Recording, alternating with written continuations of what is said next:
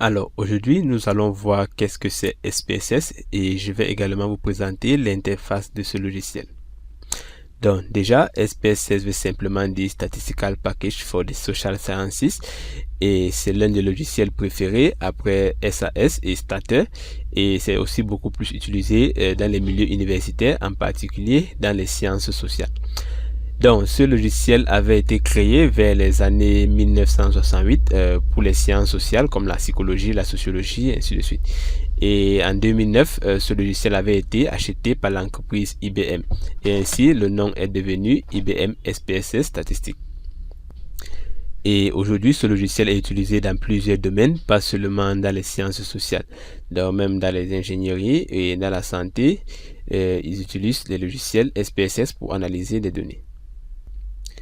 Donc, parmi les 4 programmes majeurs d'analyse de données qui sont Stater, R, SAS et SPSS, je pense sans doute que SPSS est le plus facile à utiliser grâce à son interface d'utilisation. Mais cela n'implique pas qu'il est le plus puissant ou le meilleur. Donc, il est clair que SPSS est excellent pour certaines analyses statistiques, mais parfois médiocre pour d'autres. Alors, vous devez aussi savoir que SPSS a beaucoup évolué durant les années avec la première version qui apparaît vers 1968. Et puis aujourd'hui, nous sommes déjà à presque la 26e version. Et durant cette formation, nous allons utiliser la version 23 du logiciel. Donc, un des avantages de ce logiciel vient aussi de son interface d'utilisateur, c'est-à-dire plusieurs personnes peuvent faire des analyses sur SPSS, mais très peu d'eux réussissent à interpréter les résultats correctement. Donc, en effet, SPSS encourage les gens à faire des analyses sans vraiment savoir ce qu'ils font. Donc, dans ce premier module, je vais vous apprendre comment interpréter les analyses de base sur SPSS. Et puis, dans le module 3, nous allons apprendre comment interpréter d'autres tests. Alors, sans plus tarder, nous allons ouvrir le logiciel pour vous présenter l'interface. Alors, lorsque nous ouvrons le logiciel SPSS, la première des choses que nous constatons est que l'interface est plus ou moins comme une feuille de calcul Excel avec des rangées là. Et là, nous avons des colonnes dans lesquelles nous pouvons également ancrer des variables. Et ici en haut, nous avons la barre de menu, fichier, édition, affichage, données, transformer, analyse, marketing direct, graphique, utilitaire, fenêtre et aide. Et là, nous avons la barre d'outils dont les fonctionnalités de chacune de ces outils seront expliquées au fur et à mesure que nous allons progresser dans cette formation. Et là en bas, nous allons constater que nous avons deux vues. Nous avons la vue de données et là, nous avons la vue des variables. Donc, la vue de données dans laquelle nous sommes actuellement agit de la même manière qu'une feuille de calcul Excel et c'est ici que nous ancrons nos données. Donc, chaque rangée ici représente un participant ou un sujet et chaque colonne est dédiée à une variable ou unité de mesure. Par exemple, comme l'âge, le sexe, le statut matrimonial et ainsi de suite. Donc, tout de suite, je vais essayer d'ancrer quelques données.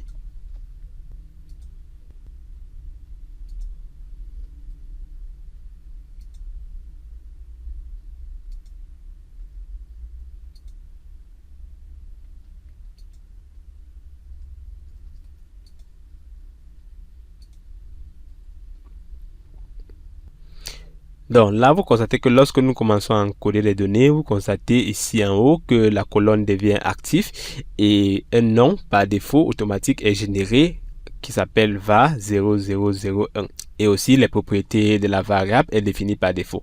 Donc ce nom var0001 veut simplement dire variable numéro 1, variable numéro 2, variable numéro 3 et ainsi de suite. Donc si nous continuons à ajouter des variables, nous allons voir que tous ces cases-là seront activées et aussi les propriétés seront définies par défaut. Et sachez que la propriété par défaut d'une variable peut-être ne sera pas toujours ce dont vous souhaitez. Donc, je vais vous montrer comment modifier les propriétés des différentes variables que vous créez sur SPSS. Donc, pour cela, nous allons venir dans la vue des variables. Donc, déjà, ce qui est important à noter dans la vue des variables est que les variables apparaissent en rangée et ces propriétés apparaissent en colonne, comme vous pouvez le voir. Donc, nous allons d'abord commencer à modifier la première variable à ce dont nous désirons. Mais avant cela, il y a quelques notions que vous devez connaître lorsque vous attribuez un nom à une variable sur SPSS. Donc, pour nommer une variable sur SPSS, déjà, nous ne devons pas utiliser d'espacement. Et si vous souhaitez espacer vos variables, le nom de vos variables, vous devez utiliser ce symbole qui s'appelle une souligne. Aussi, vos variables ne peuvent pas commencer par un caractère spécial, comme exemple, arrobas, dièse, point d'exclamation, pourcentage, et ainsi de suite. Et aussi, nos variables ne peuvent pas commencer par un chiffre, ça doit forcément commencer par une lettre. Et chaque nom de variable doit être unique, c'est-à-dire deux variables ne peuvent pas avoir un même nom sur SPSS. Et la longueur des caractères des variables sur SPSS doit être 64 ou moins caractères. Donc, lorsque nous revenons sur le logiciel, déjà, nous allons commencer par cette première variable. Donc, je vais appeler cette première variable identification, que je vais abréger ID. Ensuite, je vais appeler ma deuxième variable sexe. Puis la troisième variable va s'appeler taille. Et puis ma quatrième variable, je vais appeler cela poids.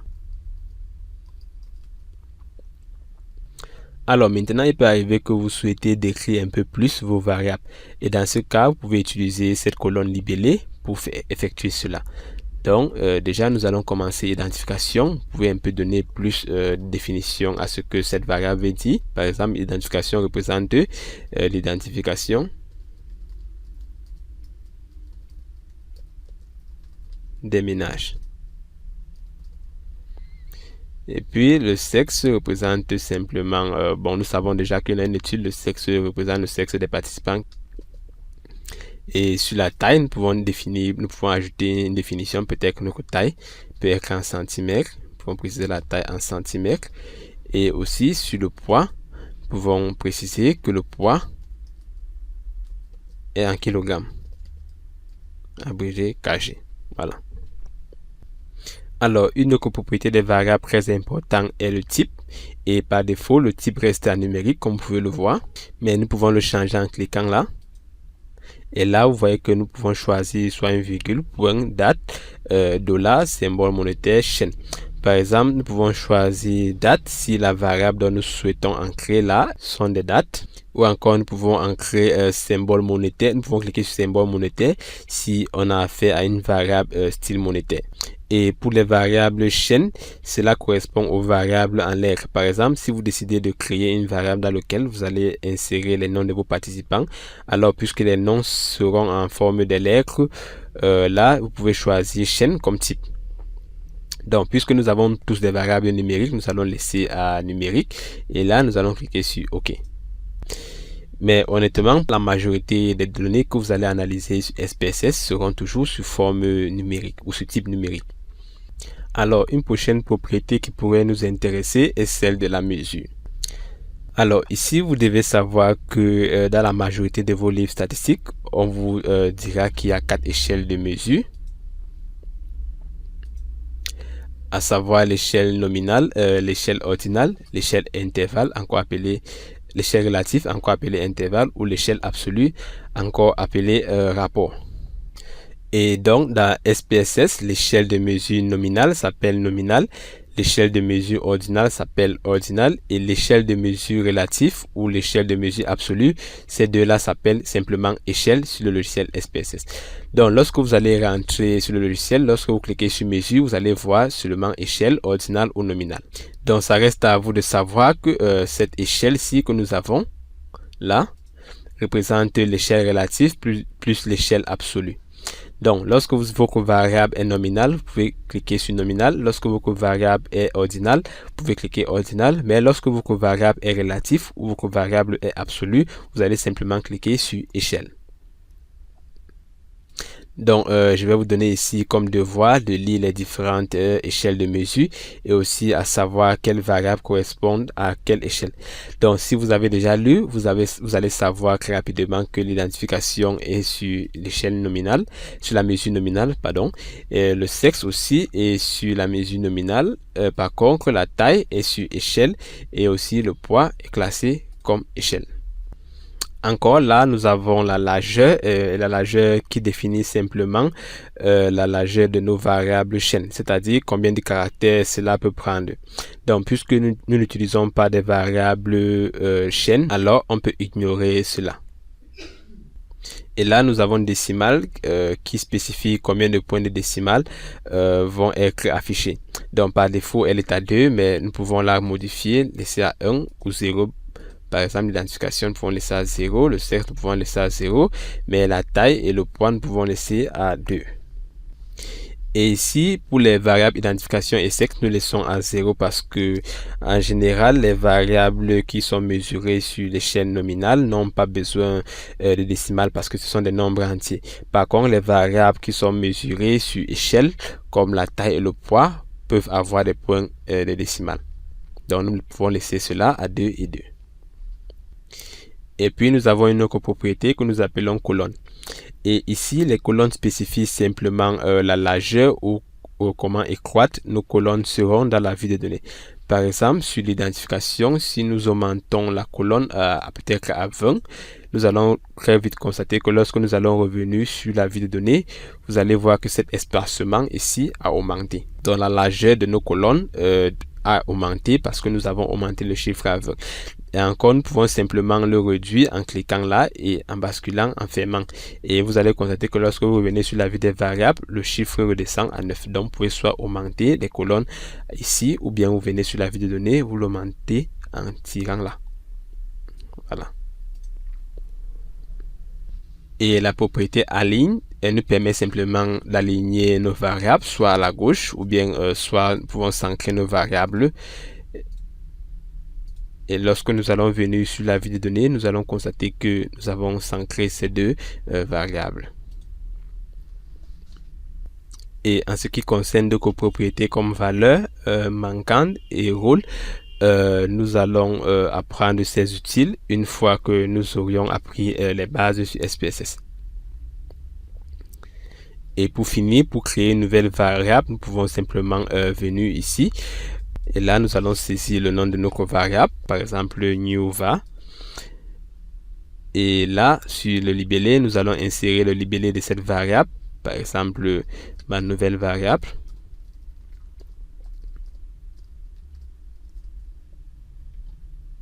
Et là, vous pouvez régler le nombre de décimales de la variable. Et pour terminer, là, vous allez régler aussi la mesure de cette variable. Et pour supprimer une variable, vous venez simplement sur la variable, vous cliquez à droite et vous cliquez sur effacer.